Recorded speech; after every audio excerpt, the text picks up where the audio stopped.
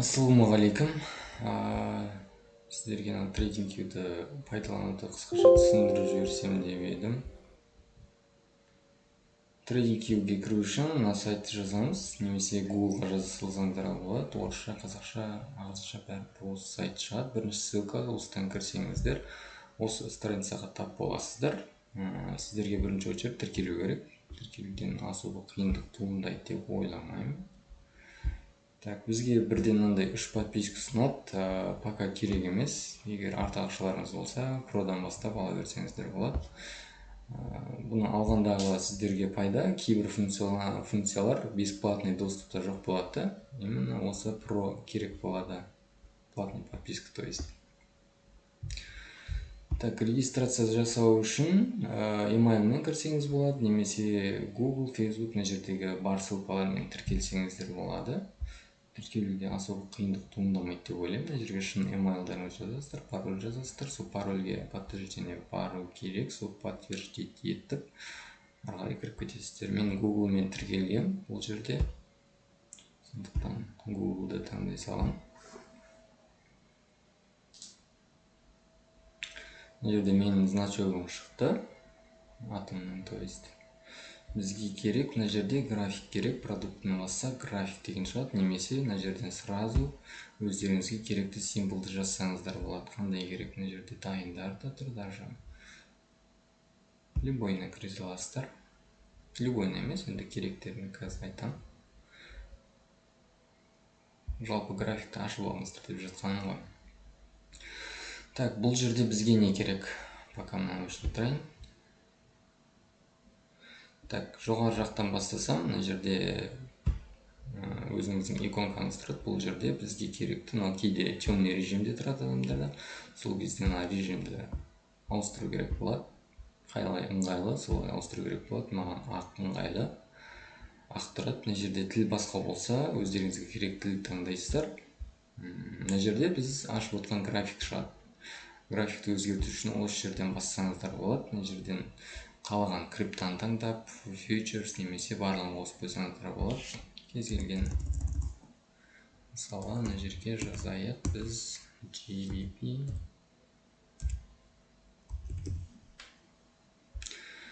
Сосын ашар кезде де мынаның бәрін бір немен ашқан дұрыс. Мысалы, GBP-ның түрлі биржаларда, мысалы, мен бәрін Forex.com-мен ашам да, чтобы кейін басқа жерден іздегенде осы графигін тез тауып алу үшін. Дальше, мына жерде таймфреймдер. Қандай таймфрейм керек? Осы жерден ауыстыра бересіздер. Маған секунд керек емес болғасын, секунд жоқ қойғам. Пока секундпен торговать етпейміз, керек емес. Бізге осылар жетеді. Бір айлық, бір апталық, бір күндік, 4 сағат, 1 сағат және 15 минут менің көп пайдаланатындарым. Бұларды шығарып қойсаңыздар болады жоғарыға. Мына жерден шығып жатыр қазір керектерін. Жұлдызшаларды басып қойсаңыз, бізде мына жерде шығады. Мынаны басып жүрмейсіздер да, мына жерден баса саласыздар. Ыңғайлы. Так, сосын мына жерде біз фичаларды өзгертетін қандай түрі керек? Мысалы, мен японскиймен, мен емес, бәрі японскиймен істейді. Мүмкін басқамен істейтін болып қалсаңыздар, мына жерден любой таңдай бересіздер. Бары таңдасаңыздар болады, линияны таңдасаңыздар болады, қалай ыңғайлы солай таңдай бересіздер. Менде японский свич. Индикатор керек емес. Индикаторда тек RSI объем анда-санда көп қалатын кездер болады, бірақ оларды асып пайдаланбаймын. Индикатор керек емес бізде. Оповещение деген мына жерде екі кнопка екеуі бірдей. Бұрынғы оповещенияларды шығарады. Мына жерде новый қойсаңыздар болады. Оны қоюдың басқа тәсілі, мысалы, маған мына жерде керек болса, мына уровеньге жеткен кезде маған шырылдау керек болса, уведомление, мына жерден мышканың оң жағын басып, добавить оповещение десем. Именно осы жерден қояды.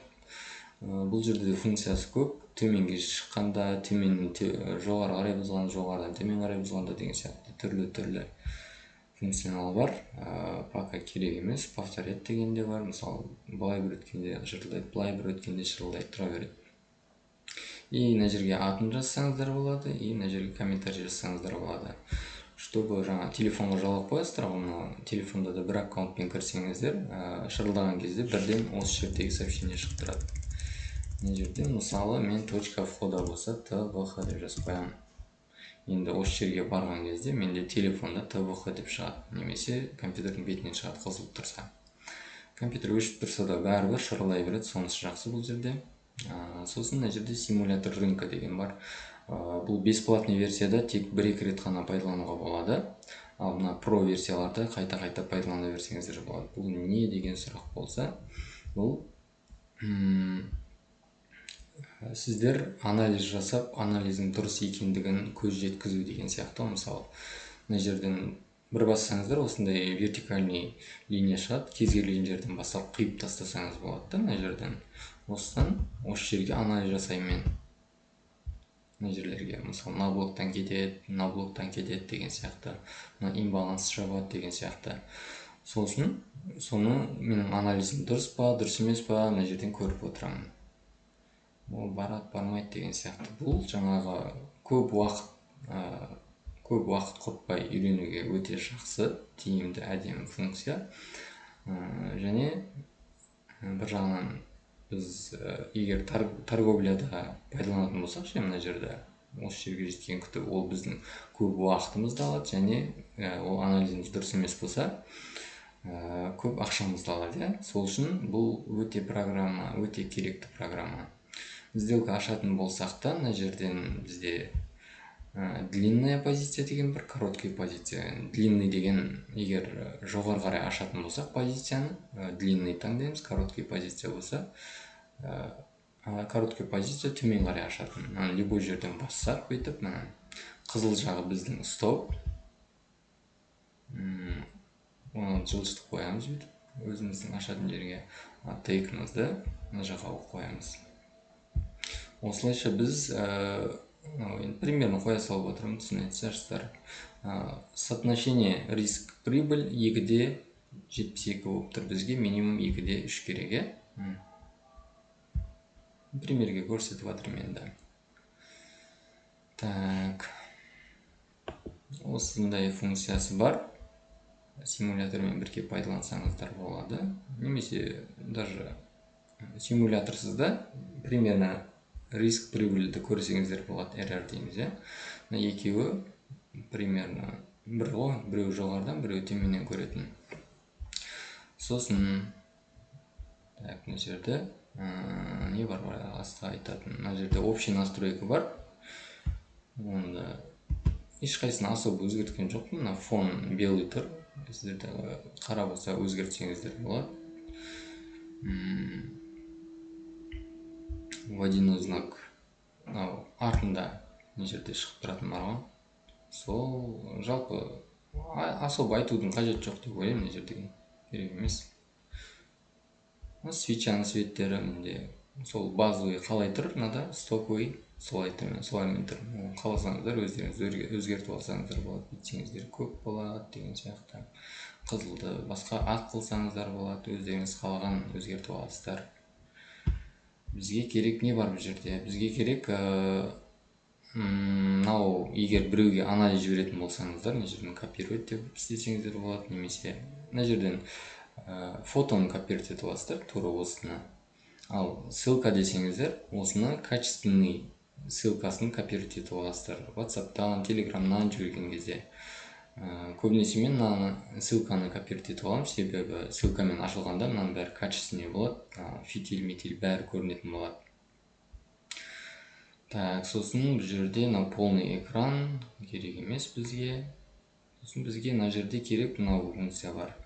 Бұл жерде өзім торговать ететін параларды қосқанмын. Егер керек емес, сіздерде басқа бірдеңелер тұруы мүмкін, жаңа бір бәле ойл, Tesla, акциялар, бірдеңелер, олар керек болса қалдырасыз. Мына жерден X-ті басып өшіріп тастасаңыз болады, керек болса тұра береді. Ал бұл жерге қосу үшін плюс галочкасын басасыз, сосын мына жерге жазасыз, қандай пара керек сізге. Мысалы, USD CAD керек болса, USD CAD деп жазасыз. Мына жерден плюсті бассаңыздар, осы жерден шығатын болады. Бұл жерге мынандай разделдер қосып қойсаңыз болады. Мына добавить раздел дейді. Мышканың оң жағын бассаңыздар, сол сияқты мен криптода торговать ететіндер осылар. Ал форексте осылар. Керек емес болса, X-ті басып жүріп сайыстар. Жаңағы айтқан нелер алдын шырылдап кеткен, егер көрмей қалғандарыңыз болса, мынандай шырылдаған деген сияқты. Ал мыналар активный тұрғандар, әлі шырылдамаған, бұл жерлерге келмеген. Бұл жерде басқа ештеңе пайдаланбаймын мен. Мына жерде жалпы трейдинг вьюға қатысты жаңағы справкасы ғой. Бұл да особо керек емес. Мына жерден түсінбей жатқан жерлеріңіз болса, сұрайсыздар да, осы жақтан көресіздер деген сияқты. Служба поддержкалы типа. Мына жақта біздің пайдаланатын инструменттер қазір басқаша новый графикке көрсетейінші сіздерге. Так, бізге пайдаланатын мына жерде линия тренда деген. Бұны көп пайдаланамын мен. Shift-ті басып тұрсаңыздар, өзі теп-тегіс болып қалады. Горизонтально тұрып қалады.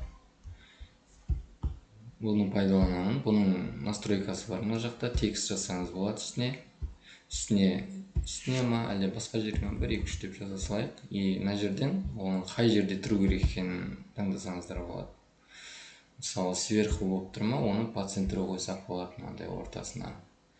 Немесе астына қойсақ болады. Сол сияқты настройкасы көп өзінің. Оны оң жаққа, сол жаққа жасасаңыздар болады.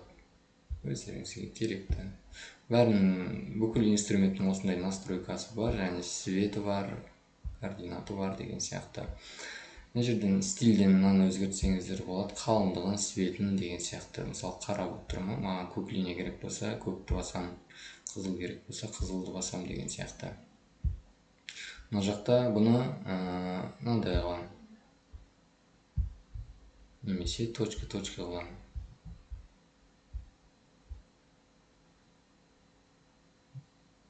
Короче, керек функциялар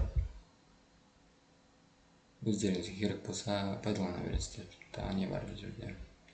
Видимость дейді. Бұл еще андай ғой. Таймфреймнен таймфреймге өткен кезде, мысалы, айлық не болса, айлыққа сызсақ мынаны, оны минуткада, күндерде көрсетпей қойсақ болады. Ол особо керек емес деген сияқты.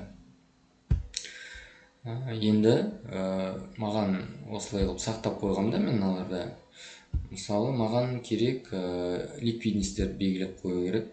Мысалы, мынаның артында ликвидность болса, мен мына жерден аламын да ликвидность таңдай салам. Ликвидностьті осындаймен сызылам. Осындай қылып сақтағам. Бұндай қылып сақтау үшін жаңағыдай настройкаларын сақтайсыз, бәрін жазасыз, көк қыласыз ба, қызыл қыласыз ба, жазуын жазасыз. Өзіңізге ыңғайлы. Сосын мына жердегі мына кнопканы басасыз, сосын сохранить шаблон как дегенді басасыз. Мына жерге шаблонның атын жазасыз да сохранить дейсіз. Сол кезде мына жерден аты шығады. Мысалы, мына жерде ликвидность ба, мен сызамын да бірден жерден. Сосын мына жерде соңғы сызғаным шығады бірден. Бұл жерде ликвидный емес, ликвидность алынған болса, мен мына кнопканы басам. Уже сол автоматически шығады. Немесе fulfill деген бар. Имбаланстың, мына жерде имбаланс бар ғой бізде. Соның полный заполнениесі болса, осыны баса салған. Қалай сақтадым, солай тұр бұларда. Бізге керекті ликвидность болса, және ликвидность алынған деген. Және мыналарда ликвидность негізі. Просто названиялар бар да өзінің. Алғашқы кезде тек осылай ақша деп қойсаңыздар болады әшейін. Мыналардың бәрі ликвидность. Тек FF деген полное заполнение имбаланса. Қалған бәрі ликвидность. Ликвидность алды деген. Осындай қылып әрқайсысын жеке-жеке сақтап қойсаңыздар болады. Сосын маған керек коробка ганна керек. Коробка ганна деген ол рейнжде торговать ететін. Мысалы, мына жерде бір рейндж болса, мынандай коробканы басқан кезде сіздерде сеткіш болуы мүмкін, оны бірінші настройкадан өзгертесіздер. Настройкадан өзгертесіздер да, мына жерден стиль деген бар. Бізге керек осы үшеуі ғана, астыңғы, ортаңғы үшеуі, яғни 0, 0, 5, 1. Мына қалған бәрін өшіріп тастайсыздар. Керек емес. Осы жерді қарап тұрып настройкасын жасап болсаңыздар болады видеоны, и светін қап-қара қылып қойсаңыздар болады. Бұл көп пайдаланбаймын, бірақ керек болады. Осы функцияны пайдаланамыз. Сосын мына жерде мен стрелканы пайдаланамын айтпақшы. Стрелка ол слом структуры, яғни разворот жасаған кезде. Мына жерден мысалы төменге қарай разворот жасаса, мен осы жерден разворот жасады деген сияқты. Бұны да төменге, жоғарыға сақтап қойғам. Осы стрелканы қоямын да, бос лонг болса көгеріп шығады, егер төмен қарай болса бос шорт қызыл болады. Тағы не бар бұл жерде? Горизонтальный луч деген, мысалы, мына жерді таңдасам, ол до конца ұзарып кете береді, аяқтан кете береді, ұзарып до конца. Бұл да анда-санда керек болады. Особо настройкасын істеген жоқпын. Так, бұл жерде функция көп, өздеріңіз қарасаңыздар болады, керек болса, маған пока керегі болса. Мына жерден маркер кейде керек болады, сіздерге керек болуы мүмкін. High, low деген сияқты анда-санда белгілеп, өздеріңізге осы жерді бұзған кезде слом структуры болады деген сияқты.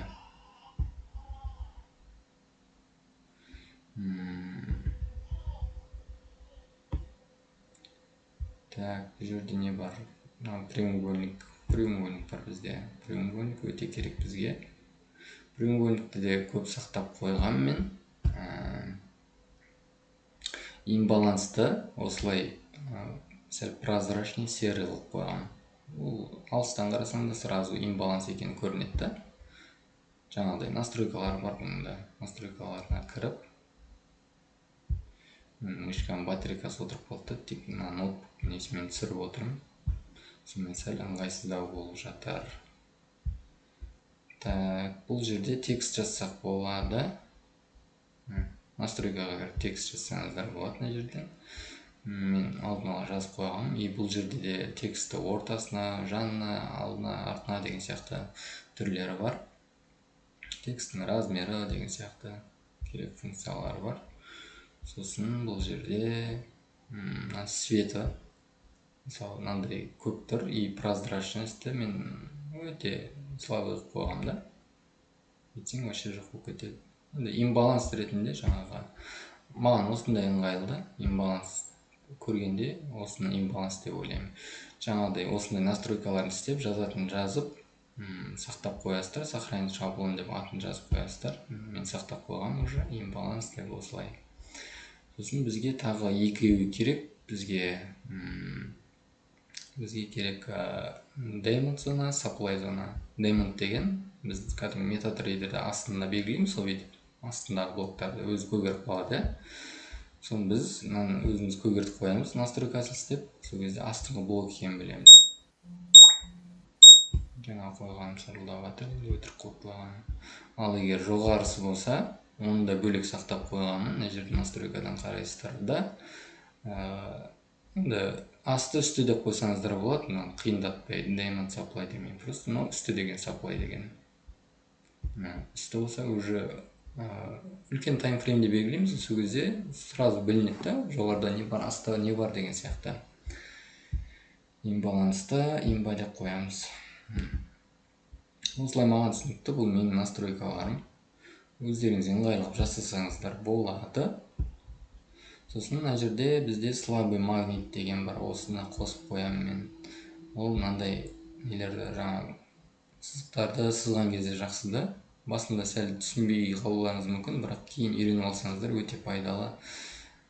Точно қоюға болады, мысалы, мына жерден бассам, уже жоғарысына дейін точно барып тұрады. Қоям, кейін барып ортасын жылжыта салам. Сол кезде ровно асты мен үстіне барып тұр свечаның. Слабый магнит бар, сосын мына жерде полный сызғандарымыз бәрін өшіріп тастайтын кнопка бар. бұл да анда-санда керек болады. Жаңағы айлыққа барған кезде, мысалы кішкентай таймфрейм мына жердің бәрін сызып тастасақ, айлыққа барған кезде мына жердің бәрі шимақ болып тұрады да. Сондай кезде былай өшіріп, айлықта не болып жатқанын көріп алсаңыздар болады. Мына жерде керек емес, особо пайдаланбаппын. Мына жерден мысалы ешқайсысын қимылдата алмай қаламын да мен. Өшіріп қоса алмай қаламын деген сияқты. Жылжытамай қаламын. Жылжымайды. Бала шаға болса басып қойсаңыздар болады, егер үйлеріңізде торговать ететін болсаңыздар. Сосын мына жердегі функция жаңағы екеуін пайдаланамын. Астыға примерно прогноз жасағанда немесе үстіне прогноз жасағанда осы екеуін пайдаланамын. И диапазон дат деген бар. Ол жаңағы қанша уақытта жүрді соны көрсететін да.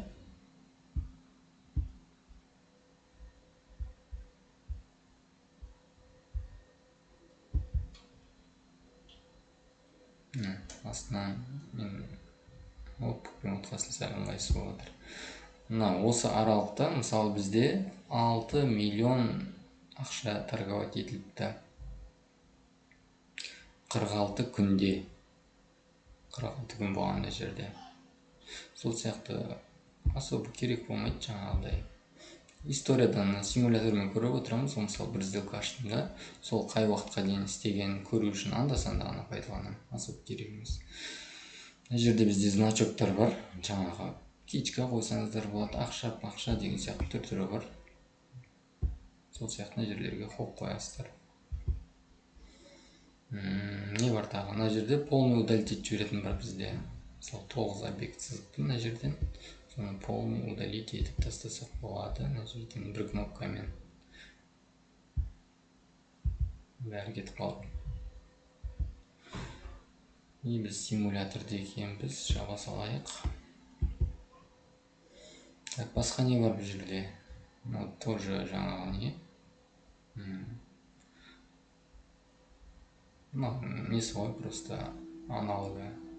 Сосын жаңа керек инструменттерді жанына андай жұлдызша басып қойсақ, бізде мына жерде жұлдызша шығады. Осы жұлдызшаны бассақ, керек инструментіміз шықты. Сосын мына функцияны айтпаппын сіздерге. Траектория деген примерно пландайтыңыз ғой сіздің.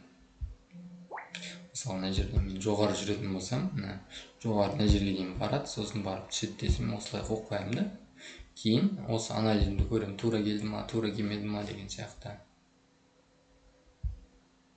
Немесе біреуге жіберетін кезде осылай ойлаймын деген сияқты жіберсеңіздер болады. Так, осы басқа не бар бұл жерде айтатын? Басқа ештеңе жоқ. Сіздерге керек осы квадраттың үшеуін сақтап қойыңыздар. Жоғарғы блок, supply, біздің төменгісі блок. Мишка жоқ бағасын іріп отырым деймін. Так, асты демон, сосын имбалансты. Мынандай имбаланстар бар ғой, торговать етілмей қалған. Осыны жауып кеткен уже. Осындай жерлерге тағы біреуін сақтайсыздар. Осы үшеуі керек болады. Сосын тағы бір блоктарға просто мынандай order блок, mitigation блок деген сияқты. Order блокты сәл қаралып қойсаңыздар болады. Бұл уже точка входа ашатын блокты белгілейміз бұмен. Осындай төртеу сақтап қойсаңыздар болады. Мындай ішіне жазбасаңыздар да болады. Бұл просто светімен алып қойсаңыздар болады. Сосын мынау линиядан жаңағы айтқандар бізге керекті. Тағы қайталап айтайын. Shift бассаңыздар ровно барады. Горизонтально. Бізге керек ақшаны сақтап қойыңыздар. Ақша алынды деген және fulfill. Fulfillді имбалансты белгілейміз ғой мына жерде. Бір рет келіп кетті да. Мына жерде имбалансты мына жерден жауып.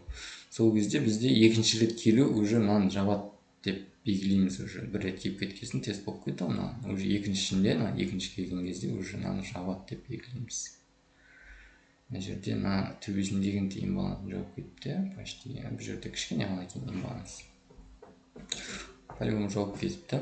Сондай бір рет келіп кеткен кезде осындай жерлерге қоямыз да. Fulfill деген FF. Так, басқа айтатыным жоқ. Мына жерден полный экран, аны айттым. бізге алардын эч кайсы особо кереги эмес. Болду. Настройкадан жаңағы өздеріңіз қалаған настройканы істеп алсаңыздар болады. Мына светі, свечаның айналасы, фитилі деген сияқты. Мына жерден, егер мына жерде сіздерде осындай тұрады, описание. Мына жерден просто мынаны көрдіңіздер ме? Мынаны қысқарту үшін өзгертсеңіздер болады. Тикерли описание. Осындай тұрады ғой деймін негізі біріншісінде. Маған тек описание болса жетеді. Немесе тикер болса жетеді. Бірақ тикер төбесінде тұр. Сол үшін мен описание қойып қойыппын. Мынаның бәрі тұруы мүмкін сіздерде. Бұның бәрі керек емес. Открытие, закрытие деген посқа графикті алып тұрады, керек емес бұлардың бәрі. Мына жерде не бар қызық? Бұл жерде де ештеңе жоқ. Қарай берсеңіздер өте көп информация. Астыңғы дата тұр ғой, соны өзгертетін. Бұл да бәрі тұра берсін, керек емес, ештеңе өзгерту особо. Оформление жаңа артыңғы фоны өзгертсеңіздер болады. Біреуге көп ыңғайлы болады, біреулерге аз ыңғайлы болады деген сияқты. Қалаған нәрселерді өзгерте берсеңіздер болады. Бодидің өзін да айттым. Керек болса қосасыздар. Текст деген жазылған тексттер, мыналар, осыларға жалпы. 24-ке қойсақ, мыналар үлкейіп кетті, көрдіңіздер ме? Бізге бұл керек емес, біздікі 12 жетеді. Мен кейде светтер көрінбей қалады екен да біреулерде. Осымен өзгертесіздер. Маған қаралау керек. Так, не бар басқа? Отступ, мысалы. Оң жаққа қанша тастаймыз, сол жаққа қанша тастаймыз деген сияқты, үстіге қанша тастаймыз деген сияқты процентпен белгіленеді. Бұны пайдаланғанда да жаңағы кейде былай жүрмейді ғой. Оны жүру үшін мынаны бір түртесіздер, кішкене көтересіздер, немесе кішкене түсіресіздер, сол кезде былай кетеді. Егер былайынан болып қойған жағдайда, мынаны 2 рет басасыздар, үстіне 2 рет бассаңыздар, мына свечалар қайттан орнына келеді. Бірақ жаңағыдай уже оңға солға астыға жүрмей қалады да. Сол кезде мынаны бір рет кішкене түртіп жібересіздер, сол кезде былай жүре береді. Оповещение мына жерден қоя саласыздар, болды, басқа ештеңе айтатыным жоқ бұл жерде. Керекті осыларды сақтап алсаңыздар, қалғанын кейін үйрене бересіздер. Болашақта айтамын.